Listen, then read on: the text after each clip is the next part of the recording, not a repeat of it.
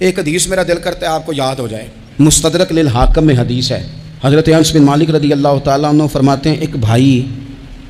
حضور کی بارگاہ میں بیٹھا رہتا تھا، نکما نہیں تھا، شارحین حدیث کہتے ہیں کہ کسی مجبوری سے وہ کام نہیں کر پاتا تھا، یا کرتا تھا تو کام آگے نہیں چل پاتا تھا،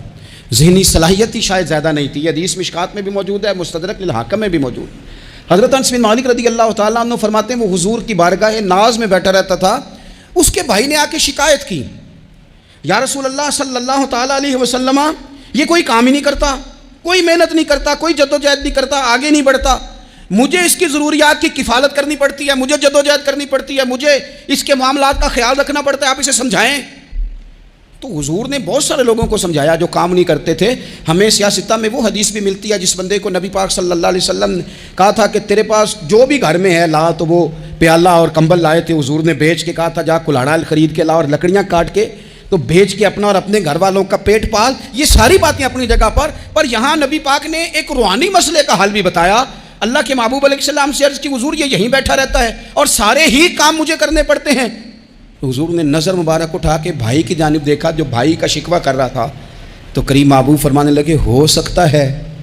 یہ جملے میرے محبوب کے، ان کو کہیں لکھنا، ان کی مٹھاس دیکھو، ان کا حسن دیکھو، اور بھائیوں کی محبت کے بیچ جو رسول پاک پیوند لگا رہے ہیں اور جوڑ رہے ہیں، اور جس انداز میں بھائی کو بھائی سے ملا رہے ہیں،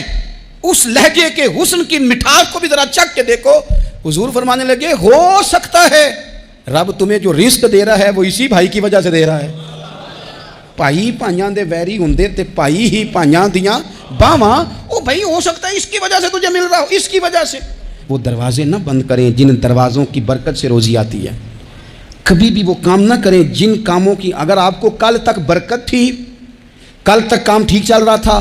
کل تک نظام بہتر تھا، اور آج آپ کو محسوس ہوتا ہے کہ کہیں کمزوری آ گئی ہے، کہیں حالات اس طرح کے نہیں رہے، تو پھر آپ غور کریں کہیں ایسا تو نہیں کسی غریب کا آپ کے گھر سے رزق جاتا تھا اور آپ نے بند کر دیا، کسی کی مدد ہوتی تھی آپ نے بند کر دی، کسی کے ساتھ شفقت ہوتی تھی آپ نے بند کر دی، کوئی شخص آپ کی وجہ سے تسلی میں تھا اور پھر آپ نے اسے تکلیف میں ڈال دیا۔ اللہ کے محبوب نے فرمایا تمہارے کمزوروں کی وجہ سے تمہیں رزق دیا جاتا ہے، تمہارے ضعیفوں کی وجہ سے تمہیں رزق دیا جاتا ہے۔ تم نے تو ایک بندہ یہ کہہ کے نکال دیا کہ جا تیری تنخواہ میں نہیں دے سکتا، لیکن کیا پتا کہ اس کی تنخواہ کی وجہ سے ہی باقی سارا کچھ بھی آتا ہو، کیا پتا کہ اسی کے سبب سے اللہ انعام فرماتا ہو۔ لہٰذا ان روحانی مسائل کا بھی تھوڑا سا خیال کریں۔